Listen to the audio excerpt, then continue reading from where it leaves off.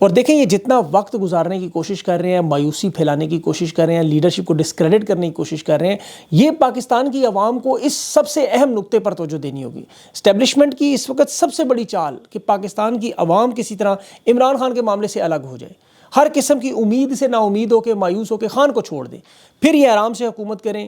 اور اس وقت جو عمران خان کی دیکھیں جو سب سے بڑی طاقت اور آواز ہے وہ سوشل میڈیا ہے، یہ اسے کنٹرول نہیں کر پا رہے، اسی لیے شدت سے حملے کرتے ہیں، طاقت سے حملے کرتے ہیں، نوجوانوں کو اغوا کرتے ہیں۔ یہ کوشش ہے کہ لوگوں کو مایوس کریں، یہ اندرونی اختلافات پارٹی کے اسی لیے بار بار باہر آتے ہیں تاکہ لوگوں کو پتہ چلے اب تو ایک قیادت موجود ہی نہیں ہے، اور لوگ ان تمام چیزوں کو نارمل کر کے اپنی اپنی زندگی کی طرف لوٹ جائیں، بھول جائیں خان کو، بھول جائیں اس معاملے کو، اور یہ اپنا سارا سسٹم کنٹرول کر لیں۔ لیکن سوشل میڈیا میں ہم سب لوگوں کا یہی کام ہے، جاگتے رہو، جگاتے رہو، امید پہ قائم رہیں۔ اور اس میں سب سے جو خطرناک بات دیکھیں جو مجھے نظر آ رہی ہے وہ اب تحریک انصاف کی جو باہر بیٹھی ہوئی لیڈرشپ اگر کوشش کرے، جیسے یورپی یونین سے زلفی نے بات کی، کوشش کی، یا اور کوئی لوگ کوشش کرتے ہیں اس طرح کی، تو پھر نوجوانوں اور کارکنوں کی طرف سے کچھ مایوس کن جواب آتے ہیں کہ جس کا کیا فائدہ ہے، کیا ہوگا۔ دیکھیں انسان کا کام ہے کوشش کرنا، ہر محاذ پر کوشش کرنا، نتیجہ اللہ کی ذات نے دینا ہے۔ اگر آپ یہ سوچ لیں کہ یہاں بات نہیں بنی، وہاں بات نہیں بنی، تو آگے بھی نہیں بنے گی۔ یہ اسٹریٹجی اور سوچ آپ کو بدلنی ہے، یہ انسان کو مایوسی کی طرف لے کے جاتی ہے، اللہ کی طرف جو بھروسہ ہے انسان کا اسے کمزور کرتی ہے۔ آپ اپنی طاقت کا استعمال کریں، آپ کے پاس سوشل میڈیا، آپ کی آوازوں سے نہیں تکلیف ہے سب سے بڑی۔ دیکھیں جو علی امین گنڈا پور اور تمام قیادت کو بار بار جب پیغامات بھیجتے ہیں کہ سوشل میڈیا کنٹرول کرو، تو مسئلہ کیا ہے؟ سب سے بڑا مسئلہ ہی سوشل میڈیا ہے۔ عمران خان کے میڈیا پیغامات ٹویٹر پہ نہ لگے، لانگ مارچ کی طرف نہ جائیں، آل پارٹیز کانفرنس میں آ کے ہمارے ساتھ بیٹھ جائیں، معاملات کو نرم کریں، ہم آپ کو کوئی نرمی نہیں کریں گے، یہ سب جانتے ہیں۔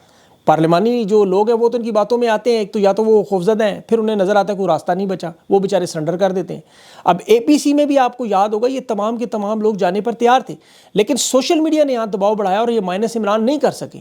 تو اسی لیے آپ لوگ تگڑے رہیں، پیچھے مت ہٹیں، اور ان چیزوں کو ذرا فوکس رکھیں۔ بے شک آپ کے پاس جیسی بھی مایوسی کی خبر آئے، تحریک انصاف کی قیادت کو بھی عوام کو اعتماد میں لے کے عوامی فیصلے کرنے چاہیے، کیونکہ ان جو دروازے ان کے اوپر بند کیے جا رہے ہیں، انہیں دروازہ کھولنے کا ایک ہی راستہ ہے، وہ عوام کے ساتھ اعتماد، عوام کو لے کر چلنا، یہ تحریک کو چلانا۔ یہ جو منجن بار بار بیچا جا رہا ہے جی ملک میں دہشت گردی ہو رہی ہے، آپ آل پارٹیز کانفرنس میں شرکت کریں، بہت زیادہ دباؤ ہے اس وقت یہ قومی سلامتی کے نام پر، ورنہ آپ غدار ہیں، محب وطنی، انہیں کوئی سرٹیفکیٹ نہیں چاہیے۔ اگر انہیں عمران خان کے بغیر اس میٹنگ میں شرکت بالکل نہیں کرنی چاہیے۔ ان کا پہلا مطالبہ اسی طرح کہ جب تک خان سے ملاقات نہیں ہوتی کوئی اے پی سی کی کسی میٹنگ میں نہ جائیں، اور یہ ان کے صرف لالی پاپ ہے۔ دیکھیں قومی سلامتی کی میٹنگ میں اگر یہ لوگ تھوڑے سے بھی سنجیدہ ہوتے، تھوڑے سے بھی، تو انہیں پتہ ہے کہ جیل میں بیٹھا عمران خان سارا معاملہ حل کر سکتا ہے۔ یہ اس سے مذمت کرواتے ہیں، جس طرح ڈاکٹر ماہرنگ بلوچ جیل میں ہے، یہ کہتے ہیں جی یہاں وہ مذمت کریں، کہتے ہیں تنہائی سے بیٹھ کے۔ عمران خان سے فلسطین پر یہ مذمت مانگتے ہیں، خواجہ آصف مانگتا رہا، بلوچستان کے معاملے پر عمران خان سے کہتے ہیں جی مذمت کریں آپ پہلے۔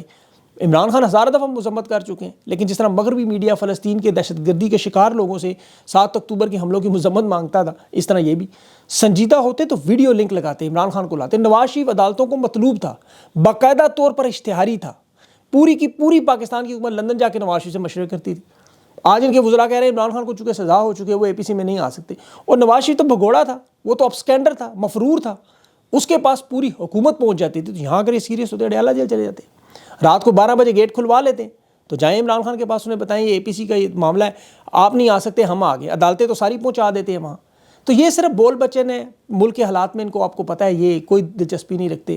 ابھی بلوچستان میں خون کی ہولی کھیلی گئی، لیکن یہ چونکہ بے شرمی کا مظاہرہ ہے، دونوں طرف پاکستانی عام لوگ شہید ہوتے ہیں، چاہے وہ سیکورٹی فورسز کے لوگ ہوں، عوام ہوں، انہیں اسی لیے اس کا کوئی فرق نہیں پڑتا۔ سنجیدگی سے اگر یا تو ذمہ داری قبول کرتے، کچھ لوگوں کے استعفے سامنے آتے جو تحریک انصاف پر یہ آ جاتے ہیں الزام لگانے، گھٹیا الزامات کہ جی یہ محب وطن نہیں ہے، یہ غدار ہیں۔ اعلامیہ تحریک انصاف نے پورا جاری کیا، شہداء کے اہل خانہ سے دلی ہمدردی کی، سیکورٹی اداروں کے کردار پر سوال اٹھا جو ہر دنیا میں ہوتا ہے، لیکن یہ ہم سب جانتے ہیں کہ آگ جان بوجھ کر لگائی جا رہی، جان بوجھ کر۔ علامہ ناصر عباس نے جو بات کی وہ بالکل درست ہے۔ اب تحریک انصاف کو دیکھیں عدالتی محاذ پر کوئی امید نہیں ہونی چاہیے، یہ جو کردار ججز کے ہیں وہ سارے کے آپ کے سامنے ہیں، ان ججز سے آپ کو کوئی ریلیف، کوئی انصاف نہیں ملے گا، کیونکہ انصاف اور قانون مکمل ختم ہو چکے ہیں۔ ورنہ احمد نورانی کی والدہ اس طرح روتی ہوئی جج انعام منہاس کے سامنے کہہ رہی ہیں کہ میرے بیٹوں کا اغوا ہوا، اللہ کو حاضر ناظر جان کر بچائے، اگر آپ کے بچے ہوتے تو کیا آپ ذمہ دار ہوتے؟ وہ جج آگے سے کہہ رہا اللہ رحم کرے گا، اللہ تو غفور الرحیم ہے، وہ تو رحم کرتا ہے، لیکن اللہ قہار بھی ہے۔ جج صاحب کو یہ کوئی بتا دے، اور اس کا قہر ان پہ انشاءاللہ آئے گا، یہ یاد رکھیے۔ یہ جو روتی مائیں عدالتوں میں در بدر نظر آتی ہیں، اللہ انہیں انشاءاللہ اپنا قہر کا عملی مظاہرہ بھی کر کے دکھائے گا۔ اب پریکٹس پروسیجر میں دیکھ رہا تھا، سردار اعجاز ساکھ نے آرڈر پر سوال اٹھایا تھا اس کے سرفراز ڈوگر کے، بجائے اس کی وجوہات لکھنے کے سرفراز ڈوگر نے معاملہ ویسے ہی نپٹا دیا۔ عام طور پر جج سوال کرتا ہے تو آرڈر کی بنیاد پہ فیصلہ ہوتا ہے، اعتراض، اب انہوں نے جواب دینا ہی چھوڑ دیا کہ نہ ڈھولا ہوسی نہ ڈولا روسی۔ اب صحافیوں کے اغوا پر دیکھیں، یہ جو پریس والوں نے خط لکھا وہ فرحان کے اور اس کے وحید مراد کے، وہ بالکل ہی چیف جسٹس نے وہی کیا جو عمران خان کے خط کے ساتھ اٹارنی جنرل کو بھیج دیا۔ اصل معاملات دیکھیں، امن و امان ان کے کنٹرول میں نہیں ہے، معیشت ان کے کنٹرول میں نہیں ہے، یہ جو مرضی کر لیں۔ ابھی امن و امان کے حالات اس نہج پہ ہیں کہ مولانا فضل الرحمان کو ڈیرہ اسماعیل خان میں پہلی دفعہ اپنے کارکنوں سے ملاقات کرنے سے روکا گیا ہے۔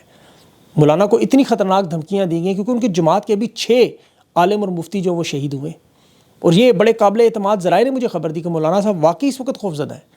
انہیں پتہ ہے کہ یہ لوگ مولانا کو مائنس کر دیں گے۔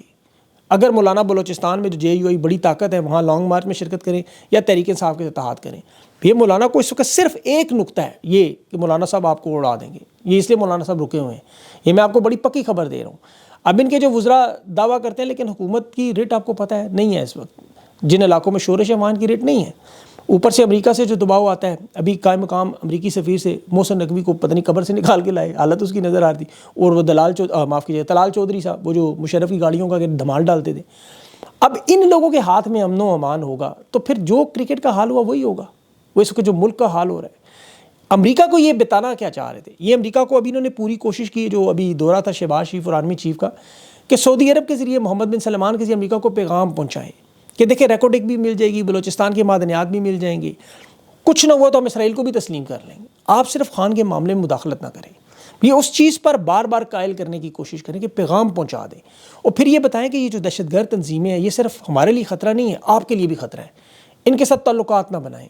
ہم اپنے ملک میں یہاں خطرات کو ڈیل کر رہے ہیں، دیکھیں ہم کتنے مشکل میں ہیں۔ آپ اگر عمران خان کے معاملے سے ہٹیں گے تو پھر ہم اس دہشت گردی کو کنٹرول کر لیں گے۔ ہم APC کروا رہے ہیں، عمران خان نہیں آ رہا اس میں، یہ دیکھ لیں عمران خان کتنا سیریس ہے۔ پھر یہ عمران خان کے بارے میں ابھی مجھے جو اطلاع ملی کہ انہوں نے سائفر کا معاملہ بھی رکھا ہے کہ دیکھیں عمران خان تو آپ کی جو احکامات ہیں ان کو اس جوتے کی نوک پہ رکھتا تھا، ہم تو آپ کے ہر سائفر پہ سر خم کرتے رہے، ہم تو عمران خان تو جا کے کہتا تھا غلام نہیں ہیں ہم دوست ہیں، اور لیکن یہ بھول جاتے ہیں کہ وہ جو بائیڈن کی حکومت ہے یہ ٹرمپ کی، اور ٹرمپ بائیڈن کا دشمن ہے، مطلب ان کی ظاہر ہے آپ کو پتہ ہے اختلافات کیا ہے۔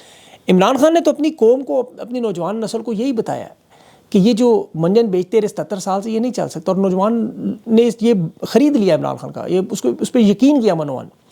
اب دیکھیں خارجہ پالیسی میں اس وقت ان کی ناکامی دیکھیں کہ مشتاق یوسف زئی کی خبر ہے کہ عرب امارات میں افغانستان کے امریکہ کے ساتھ پچھلے 50 دن سے جو معاملات طے ہو رہے تھے، 50 دن سے انہوں نے قانون اور خبر ہی نہیں ہوئی، وہاں تمام معاملات سیٹل ہوگا۔ اب ایک اور رہائی وہ مانگ رہے ہیں، اور اس کے بعد وہ کہہ رہے ہیں ہم پابندیوں کا سلسلہ ہی ختم کر دیں گے، آپ کو کوئی پابندی نہیں رہے گی۔ پھر دوسری طرف دیکھیں چین کے ساتھ یہاں پر سی پیک بند ہو رہا ہے، اور چین نے $6 ارب کی ابھی واخان بارڈر پہ کوریڈور پہ چین کی انویسٹمنٹ افغانستان میں جا رہی ہے، کیونکہ برابری کی سطح پہ تعلقات ہیں۔ یہ اسی افغان کارڈ کو 1980 کو گلے لگا کے بیٹھے ہوئے ہیں، اب اس کا فائدہ کوئی نہیں ہوگا انہیں۔ ان حالات میں دیکھیں پاکستان کی عوام کو صرف یہ، عمران خان تو کہتا ہے نا خوف کا بت توڑیں، اب ایک مایوسی کا نیا بت بھی بن رہا ہے، اسے توڑیں خدا کے لیے۔ آپ انسان ہونے کے ناطے آپ کا کام ہے کوشش کرنا۔ یہ سٹرگل جو ہے یہ اس 77 سال کے نظام کی ہے۔ خان کو 600 دن ہو گئے ہیں جس میں 14,400 گھنٹے بنتے ہیں۔ اب آپ دیکھیں عمران خان نے اگر ہار نہیں مانی، اگر وہ دلیری سے ڈٹ کے کھڑا ہے تو آپ لوگوں کو کیا تکلیف ہو سکتی ہے؟ میں چند لوگوں کی بات کر رہا ہوں، تھوڑے سے لوگ جو اکثر مایوسی کی بات کر جاتے ہیں کہ جی کچھ نہیں ہونے والا، یہ ٹرک کی بتی ہے۔ اب ٹرک کی بتی ہے تو پھر آپ بتائیں حل کیا ہے؟ اس کا حل پولیٹیکل سٹرگلز میں یہی ہوتا ہے۔ پاکستان کے نوجوانوں کو یہ بات یاد رکھنی چاہیے، اور یہ بڑی اہم بات ہے کہ اگر آپ لوگ ان معاملات سے ہٹ گئے، خوفزدہ ہو گئے، مایوس ہو گئے، تو یہ 3 سال کی عمران خان کی قید 2 سال کی ضائع نہیں ہوگی۔ آپ لوگ شریف و زرداریوں کی غلامی میں زندگی گزاریں گے، اور پھر حال وہی ہوگا جس وقت کرکٹ ٹیم کا ہو رہا ہے، جس وقت معیشت کا ہو رہا ہے۔ تو اگر آپ لوگوں نے اپنے مستقبل کو بنانا ہے تو آپ یہ عمران خان کی رہائی کو اپنی رہائی سمجھیں، اس کے لیے کام کریں۔ اس کے لیے آپ ادھر ادھر کی سوشل میڈیا کی وہ جو جنگ ہے آپس میں لوگوں کی، ان کے جو رہنماؤں کی، اس میں پڑے بغیر اپنا فوکس خان کی رہائی پر رکھ کے ان معاملات پہ آواز اٹھاتے ہیں۔ یقین کریں آپ کی آواز میں بخدا بڑا اثر ہے۔ اگر آپ کی آواز میں اثر نہ ہوتا، آپ سمجھتے ہیں میں ایک ٹویٹ لکھتا ہوں نیچے 4 لائکس آتے ہیں تو کیا فرق پڑتا ہے؟ اگر فرق نہ پڑتا تو وہ 1 لاکھ اکاؤنٹ والے عمیر راج کو اٹھا کے لے کے جاتے، آپ کے گھروں پہ چھاپے مارتے، آپ کے اہل خانہ کو اٹھاتے۔ تکلیف ہے، اور یہی سب سے بڑی تکلیف ہے۔ آپ خان کا نیریٹو اور تحریک انصاف کا جو نیریٹو ہے اس وقت، اس کے ساتھ کھڑے ہوں، کیونکہ آپ کی جماعت ہے۔ اب ہم لوگوں نے تو رپورٹ کرنی ہے، آپ کے سامنے حقائق رکھنے ہیں، اور آپ لوگوں کو مایوسی سے بچانا ہے۔